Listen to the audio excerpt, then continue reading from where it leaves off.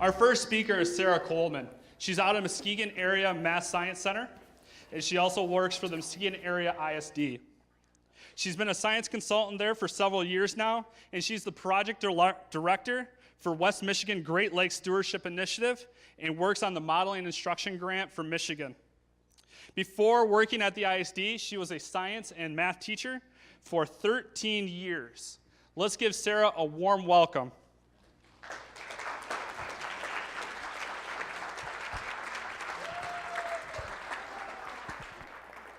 Hi, I'm Sarah Coleman. I work at the Muskegon Regional Math Science Center, as Larry already told you, one of the 33 math science centers in our state. And I'm here today to talk to you really about some really simple things. And it's based on this. And the first thing is that I love people. I always have. And I love my job, and my job is to work with an amazing subset of people who we call teachers. And because I love people and I love teachers, I spend an inordinate amount of time thinking about them, how to work with them, how to support them, and how to make life better. So the other night I was up and I couldn't sleep, and I was thinking about a person, and this happens a lot when you love people. And of all the people I was thinking about my high school biology teacher, really. And I'm going to call him Mr. Mighty. So I'm up night and I'm thinking about Mr. Mighty, and the thing is his class was pretty simple. Like in Mr. Mighty's class, we took a lot of notes. And those notes, they were punctuated by really great stories. And then we would do some labs and take a test. To prepare for his test, it was pretty simple. You read the book. You looked over your notes. You made flashcards if you were smart. You studied your lab, and you repeated that as many times as you could till you got everything that Mr. Mighty told you stuck in your head.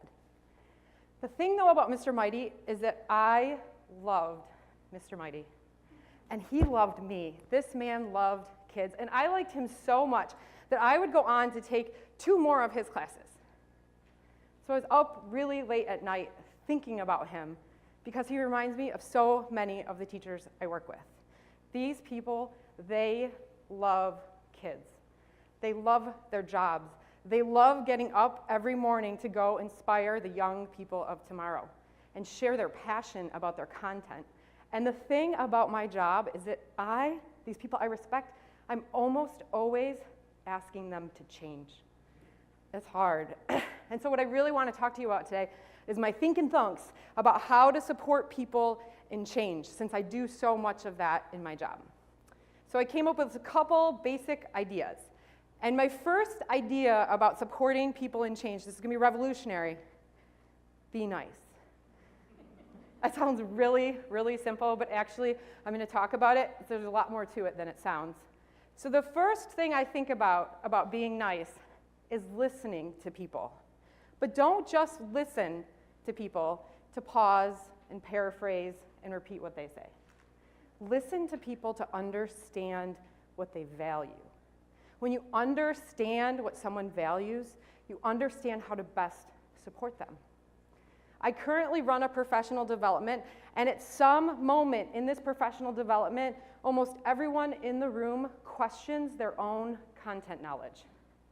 For the people in the room who hold that as one of the things they value the most about themselves, this is a raw and emotional moment. And I have to know who those people are in the room. I have to be there at the right time to provide support when they need it. So you have to listen for what people value.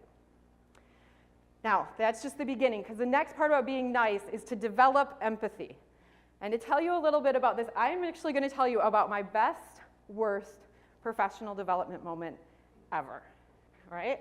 So this summer, I'm working with these teachers, and we are reading about our standards, and I'm asking them to tear them apart. What do they mean? They're complex. What are they saying? We're in the framework. What does it look like in your classroom? What does it look like for students? This is my favorite kind of work. So I'm doing this with teachers, and they're in small groups, and then we got together in this large circle into what I think is going to be a moment to share our great epiphanies, right? We just did this.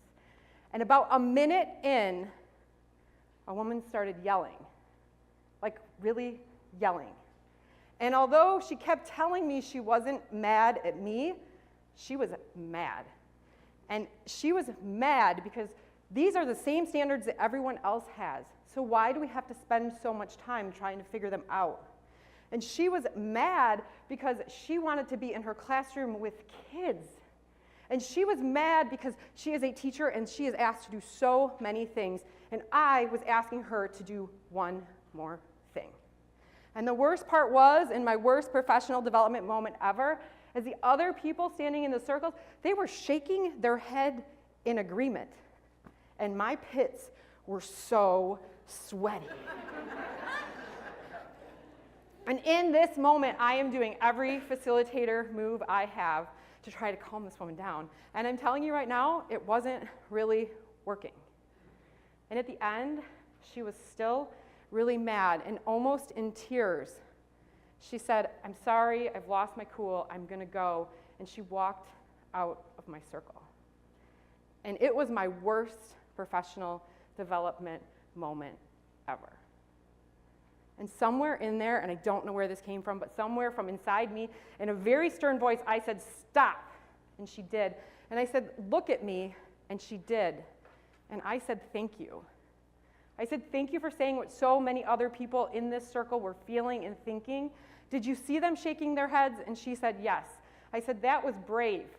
In this circle, we're supposed to be able to disagree.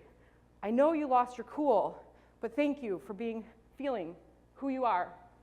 And I said, "I really do think, though, if we do this work together, I think it'll be a little bit easier." And I said, will you just come back into the circle and try again?" And she said, "Yes," and we did. And 6 weeks later, I got a picture from her classroom of her students whiteboarding. And I think about this moment a lot. And I think about it because usually when I am confronted with conflict, I either try to reason with people or provide counterpoints. And this one time, instead of doing that, I provided empathy. And the thing about empathy is that it works. People have emotions and they deserve to be recognized. And if we want to support people in making change, we owe them that. That's how we value people. We listen for what they understand and we provide empathy. So my last part about being nice is to be nice for real. I know. Like everybody knows when you're nice to their face and when they leave the room, you're not so nice. And so really, it's to be nice for real. So this is the thing. My friends, they always complain that I like everybody. It's like our running joke. Sarah likes everyone. But I'm not really sure I do. But what I am certain is that I take the time to try to find something I can value or respect about every person I work with. If you want to change people, you have to have relationships. And that means that you have to find something in each person that you can really grow with. So take that time. So right now you might think that working with me is all about sunshine and rainbows and roses. But the truth is it's not, because my second point is be nice, but not too nice. And here's what I mean by that. One of the most important things I think right now about these standards is the struggle. These standards are going to be really hard for kids. And they're really hard for teachers. We have to struggle to understand what these standards mean. It is a struggle for kids to learn in these standards. And too often we want to take away the struggle to make it easy. And the thing is that the struggle is part of the learning. And if you take away the struggle, you take away the learning. We have a responsibility to support the struggle, to embrace the struggle, to celebrate the struggle at the end, and to reflect on it. But you have to have the struggle, or we don't have the learning. The second part about being nice, but not too nice, is asking for a commitment. And here's what I mean by that. Teachers are the busiest people I know. We are constantly putting more things on their plates. But if we're actually thinking about how to support them in change, we need to ask for a commitment. And for all of us, this commitment is not going to be the same size. I am a baby step committer. My husband is a giant leap committer. But we can both commit to change. So in supporting people in change, you must ask for that commitment. And then you have to follow up. You have to come back and say, How did it go? What are you doing next? That failed? Here's another idea. But take the time to ask people to make a commitment to change. So my final part is be nice, but not too nice, and be a leader.